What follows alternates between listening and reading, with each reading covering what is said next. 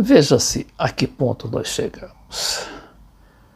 Para tirar um ministro problemático numa área sensível como é o Itamaraty, acabou se criando uma crise desnecessária, mas de graves consequências na área militar. A gente vê aqui esse material do Estadão, dizendo que após reunião tensa, o governo anuncia troca, no caso, a demissão dos comandantes de Exército, Marinha e Aeronáutica. E agora, incrivelmente, esses ministros eram a favor da democracia, ou seja, do distanciamento do Exército, da Marinha e da Aeronáutica das questiúnculas políticas. Mas não é assim que pensa o presidente.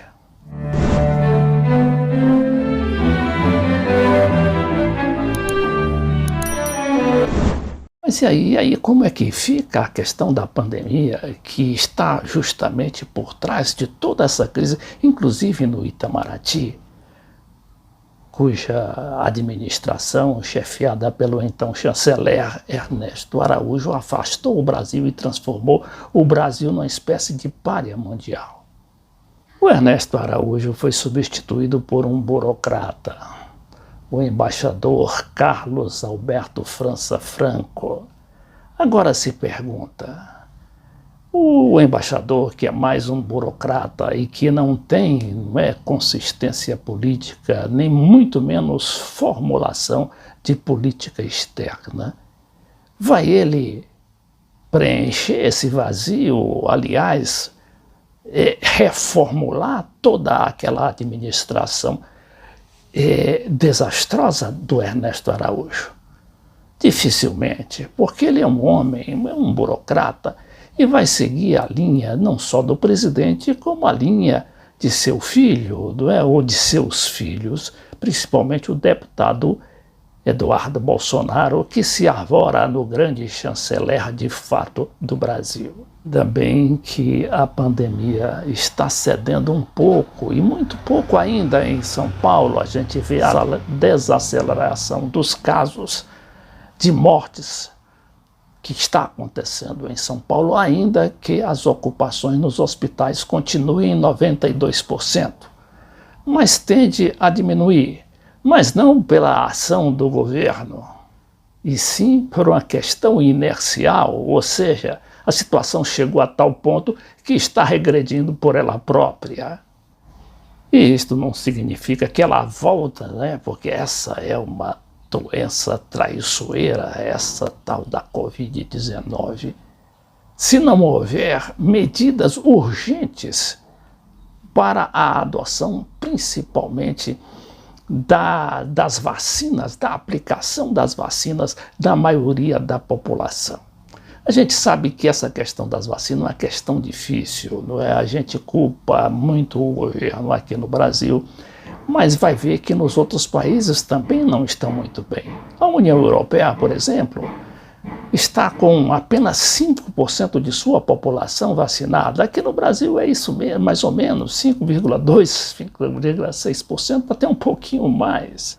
Mas também por pura sorte, porque poderíamos estar muito melhor se o Brasil tivesse se engajado numa formulação política que conduzisse à fabricação própria das nossas vacinas.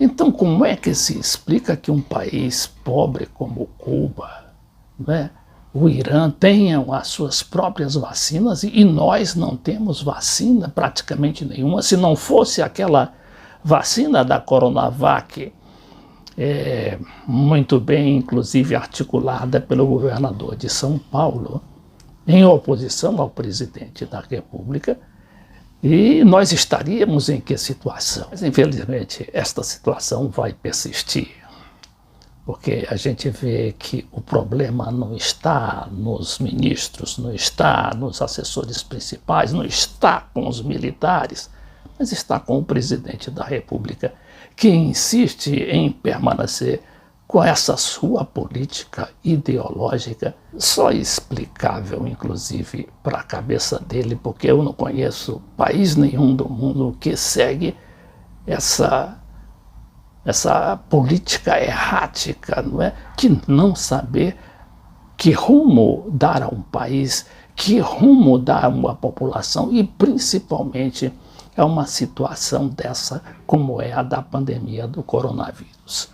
Mas vamos ver aqui as notícias, não é? Aqui peguei essa primeira página do site do Estadão, dizendo que após reunião tensa, o governo anuncia troca, que foi no caso a demissão dos comandantes do Exército, Marinha e Aeronáutica. Decisão foi comunicada na reunião de dos três oficiais comandantes, no caso, né, com o novo ministro da Defesa, Walter Braga Neto, e o antecessor, Fernando Azevedo e Silva, demitido na véspera por não ter concordado com a política discricionária que o presidente Bolsonaro estava tentando empurrar a goela abaixo nos militares, e que só falava em essa coisa de exceção, de AI-5.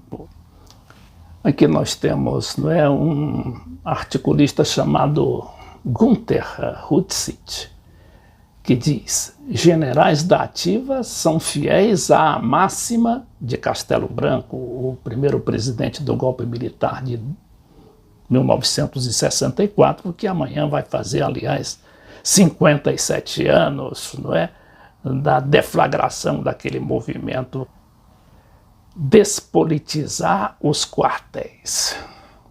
Comandante do Nordeste é o mais cotado para substituir Pujol. Esse é o general Pujol, Edson Pujol, cuja cabeça foi exigida, né, ao Exército e ao alto comando das Forças Armadas pelo presidente Bolsonaro, por não ter concordado justamente com essa política discricionária do presidente.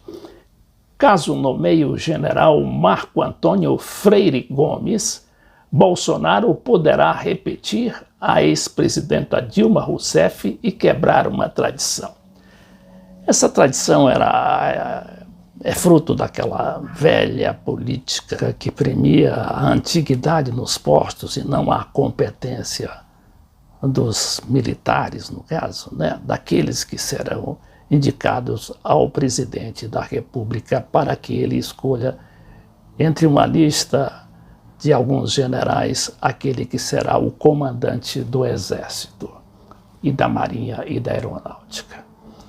Outro articulista aqui, Rafael Cortez, diz que reforma é resposta para navegar em mares mais turbulentos.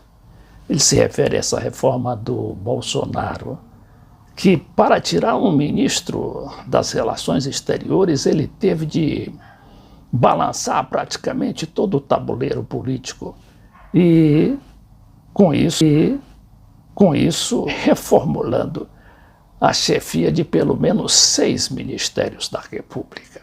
Mais embaixo aqui dessa primeira página do Estadão, a gente vê um deputado propondo projeto que dá a Bolsonaro o mesmo poder de situação de guerra, ou seja, né, o presidente ali, através desse deputado, estaria se preparando para que o próprio Congresso, o que dificilmente acontecerá, faça um projeto em que o presidente seja o homem, o chefe absoluto do poder executivo, não é? E, consequentemente, dos outros poderes em situação de guerra, como é a situação que ele quer definir agora como sendo esta situação da pandemia. Major Vitor Hugo, que é o deputado ligado ao presidente, apresentou proposta hoje aos líderes na Câmara. E aí fala nas novas internações que tem leve queda em São Paulo. UTIs seguem com 92,3% de ocupação.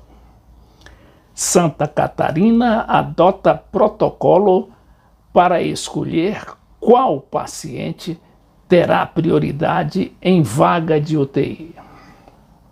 aqui uma situação no Supremo Tribunal Federal, onde haverá uma nova vaga, porque vai se aposentar o ministro Marco Aurélio, que já marcou sua aposentadoria do Supremo para o dia 5 de julho. O decano, né, o mais velho lá entre os ministros, os 11 ministros, antecipou data para evitar perda de reajustes no cálculo do benefício.